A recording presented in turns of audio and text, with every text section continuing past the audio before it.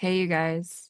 I sat down to record a message for you because something really big was coming through. It didn't feel like just a personal thing.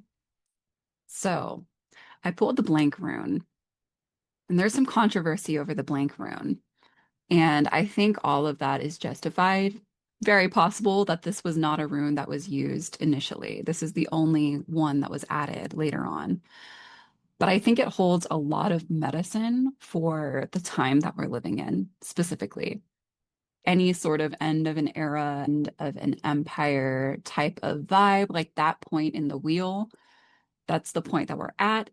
This blank rune in our particular wheel turning is holding a lot of that, if not fear of the unknown, a desire for certainty and a fear of not having certainty.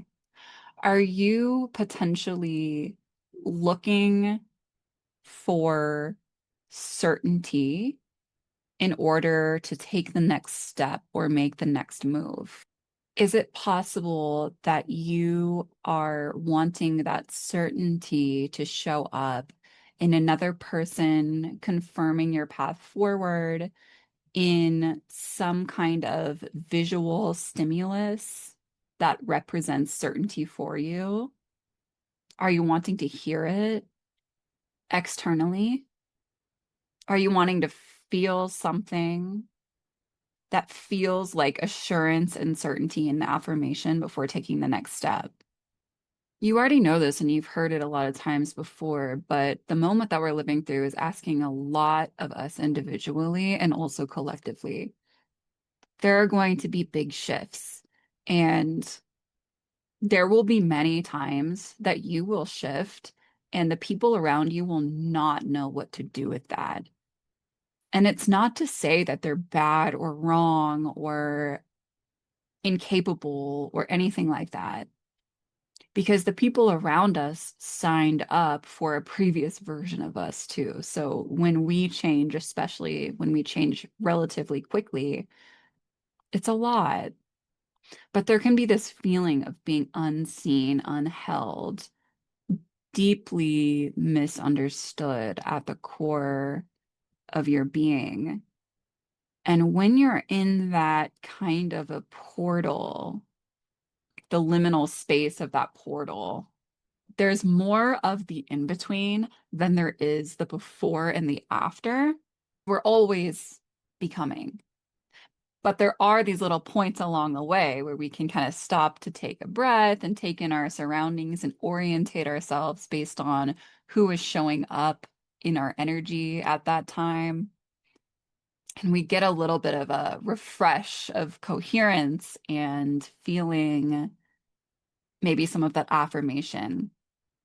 It can be tempting to stay within that place. And you're welcome to stay as long as you need to. However, this is going to keep calling to you. This is going to keep pulling you forward. And at a certain point, the pull will be impossible to ignore.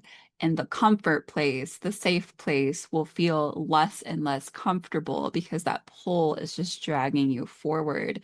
And you'll find that you have to keep distracting yourself to avoid the pull. The pull is only pulling on you because you are ready. There's a lot of survival mode in this world. There are a lot of people who cannot attend yet to the poll. They just don't have it like that right now. And no matter what you've been through, look at where you are now and look at the difference. Look at how you are a completely different person than you were when you started all of this. There might be things you don't have access to yet. There might be things that you feel you are missing and you're not ready for, but there is something asking for your attention. And that thing may be an unknown and it may be yours to discover. But if you feel that pull, you are ready. And the pull isn't asking for certainty. It's not asking for you to know exactly what this thing looks like. It is asking you to take one step toward that pull. and to connect with it and notice where in your body the pull is coming from. If you have trouble with this, the Heart Math Institute has a lot of good stuff there for you. That's just one way of getting into it, though. There are so many. I just want to give you a breadcrumb for that. You know, in our culture, we're told that we need to see it for it to be real. We need proof. We need evidence. We need to be able to convince other people that something is going on here. Otherwise, it's not real, and that's not true. And I know that you already know this. It's nothing new. I'm going to end my discussion of this rune with the idea that the word chaos used to mean a void, just a void. It wasn't this other idea of things moving around at random and a mess and disorganization. What it meant was nothing. And this concept comes up a lot in different spiritual texts, letting yourself be nothing or no one. And this stuff is not easy. Our culture gives us 1,000 bajillion identities to try on and says, here, you need these. And we take them on. A lot of us, as children, as teenagers, as adults, to make it through what we perceive to be this world. And that perception has nothing to do with the natural world whatsoever, which is not an illusion. We take on these identities and layer them one on top of the other because we think that is the way to our individuation. We think that's how we find ourselves. And it's only after unlayering them all slowly, painstakingly, one after the other, and watching them fall away and allowing the people around us potentially to fall away because of our removal of those identities. And then the ability to sit in the void instead of avoiding the void. There's something you can do if you approach that threshold and you're a little scared of it. There is emptiness here. It doesn't mean that there will be nothing forever. It doesn't mean you operate out of a state of nothingness for the rest of your life or anything like that. But practicing being in it just does so much for the fear of the unknown, the desire for certainty, the idea that you have to prove to others something about yourself, and the ability to connect with what your heart feels drawn towards next. It's not that you disengage with everything that you deeply care about, because chances are you're engaging with those things because you were drawn towards them. And that's happening for a reason. But this, the void, getting clearer and clearer with exactly where you're being led without having to know the why. This is what's being asked for through you. Okay, so let's take one from the Celtic Healing Oracle. Can we have a little advice, please, Spirit, on connecting with the void, being within the void, and allowing what needs to come through to come through? Okay, that's it. The top card. The Chariot and the Charioteer. Rescue from danger. This is all about directionality. It is picking a direction. It is making a judgment. It is making a determination. And the judgment can only be made for you, and it comes from within. It's not something that comes from without. This is an oracle, but the chariot in the tarot is associated with Cancer, the sign of Cancer. It is a water sign. So it has a lot of felt sense. It is feeling. It is fully tapping into your emotional, intuitive capacity to allow yourself to choose a direction and to begin to move in that direction. Let's see what the oracle says. You're attracting trustworthy, loyal companions and reliable advice. Perhaps you are in a leadership role and you need sound and supportive feedback. Perhaps your present situation is dangerous and you need to be cautious and attract loyal companions. If your life is in danger or turbulent, having a trustworthy person make decisions on your behalf is the best course of action.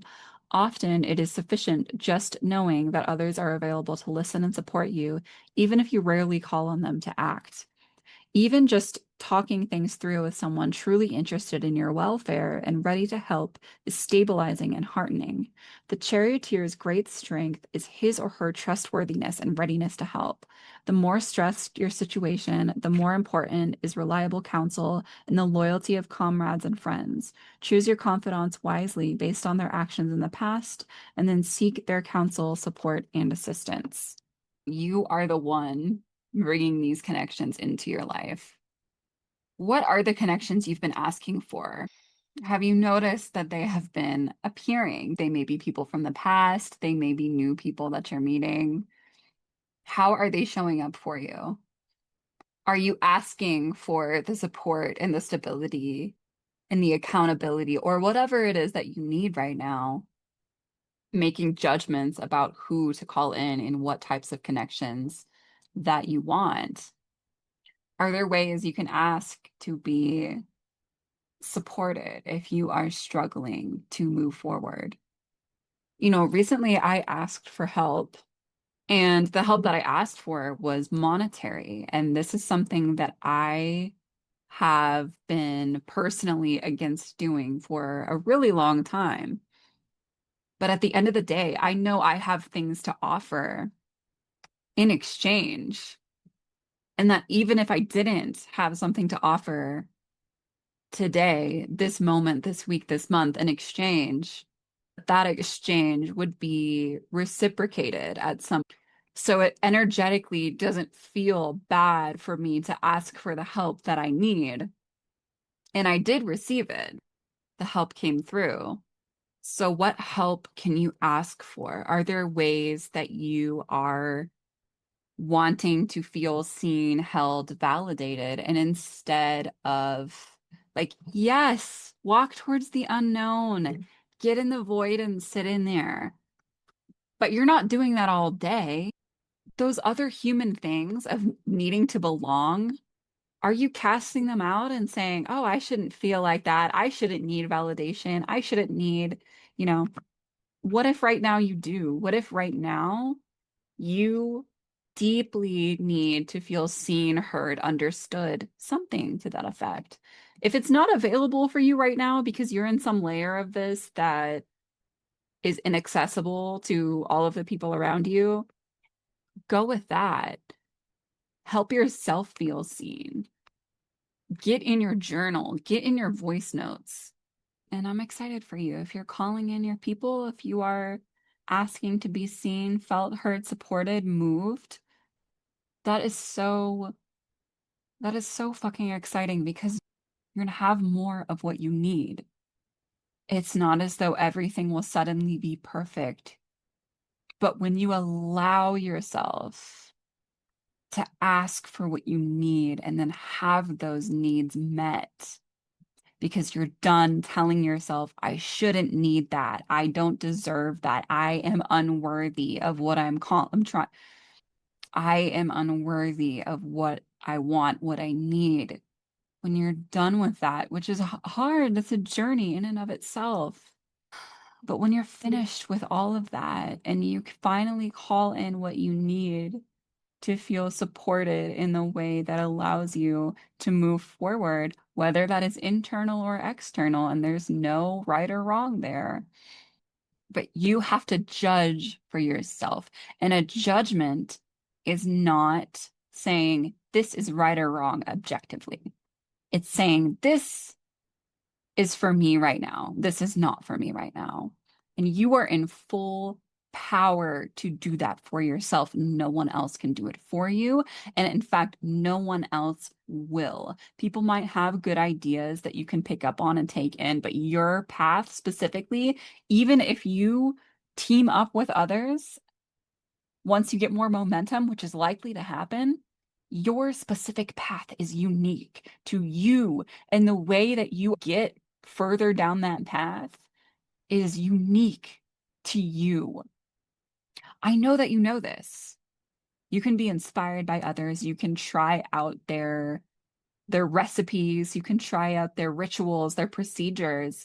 But until you mix and match and ask your guides and ask your ancestors and ask your inner self, you won't be able to find your unique path and the ways to sustain yourself along that path.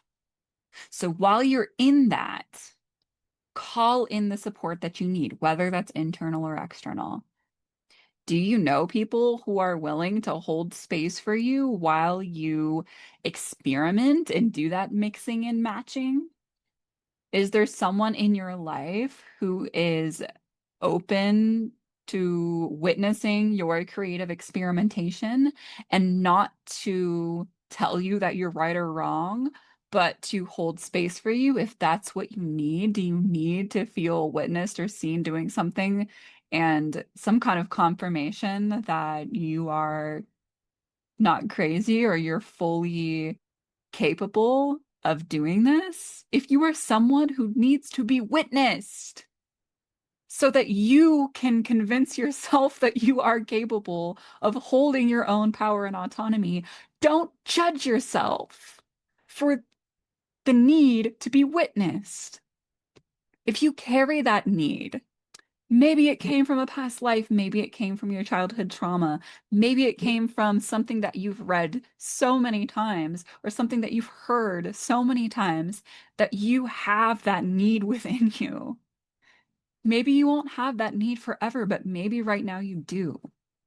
So call and support, whether that's spirit support, physical, tangible support, or inner support. It is all there for you. You just have to ask, and you might have to ask a few different people, a few different spirits, whatever it is, a few different parts of yourself for that to happen and for things to start moving for you. But it will be worth it. Okay. Like, all right. Where is my other deck? There's another one that I want to share with you today before we wrap it up. There it is. To wrap things up today, we are going to hear from the Embodied Ecosystems Oracle. What is the message needed right now, Spirit? Please and thank you. If you would please make it easy for me and send me a jumper. Oh my God. Another thing I want to say is if you're still on the I shouldn't need anybody else type shit, it's just to say you've heard that you are another me or I am another you thing, right? So why are you so caught up about this? If you are me and I am you, so on and so forth, what's the big deal with wanting a mirror, with needing a mirror, with we're trained to look for it outside of ourselves. There's nothing wrong with looking for it outside yourself. It's just that if you're only looking for it outside of yourself, you're cutting off a lot of other information. That's one of the important parts right there. That's not to say you should never pay attention to anything outside yourself or you should never need anything outside yourself. Bam. Okay, we have a reform. There is a sun with an Aries symbol on it. There's a beaver building a dam. And there is the number 4. And the number 4 relates to the emperor. And this is about autonomy and authority and the ability to get shit done for yourself and for the people around you. But really for the inner authority, the thing, the thread that is pulling you forward. Okay, I'm just gonna read to you, right? I embrace supportive structures and work to reform those that are harmful. What structures do you want to see reformed? What are you already resourced in doing? Do you have an impact you're underestimating? Invitations. Meditate with the spirit of the beaver. Research how beavers build their dams and engineer ecosystems. Connect to the astrological archetype of the fire sign Aries, the cardinal identity, and the energy of the start of spring. Structure is not always angular, but often organic. Form and foundations are not fixed. They can also flow and flex. The intention and care one builds with matters more than its appearance. Huge. No one truly knows what is finished and what is a work in progress, for it's all subjective and everything is impermanent. Beaver is a radical reformer who works to create benefit, not just keep busy. Innovators of conscious architectural action focused on form and function through instinct-driven creation. Ruled by the cardinal fire sign of Aries and the planet of instinct-ruled action, Mars, we see the illuminated way of these limbic-driven leaders and instinctual initiators. As dam builders, Beaver sets boundaries, knowing that a slowing is necessary to create true sustainability. Boundaries are different than borders. They are consciously chosen for a redirection and redistribution, not reduction of shared resources. The emperor is the maintainer of order, upholder of structure, creator of functionality. Our emperor, the beaver, does not function through control or conformity, but through collaborative reformation, through creativity. They are decision makers and path pavers, but their ways are not imperial. They are communally curatorial. Beaver knows that their actions support the whole, but only through following their own true instincts first. There is an awareness in the embers of action here that every motion ripples and every ray reaches further than we can imagine. Working often by the limited light of dawn or dusk, our ambitious ecosystem engineers follow the setting or rising sun into revised realities. What exists is reliant on what persists. And every environmental context or culture that leans on the creations that came before are adept and capable of radical reform. Okay, so you get to choose, you have the autonomy, you have the power, it is within you. There are so many messages out there about what you should be doing, what you should be thinking, who should you should be paying attention to. Um, Listen to yourself first of all, and the rest will follow. But you need to have faith in that. You need to know that you have the power, that you are the emperor of yourself, of your reality. All right, that's the message. I hope you found something within this, and I will see you again sometime soon. Peace.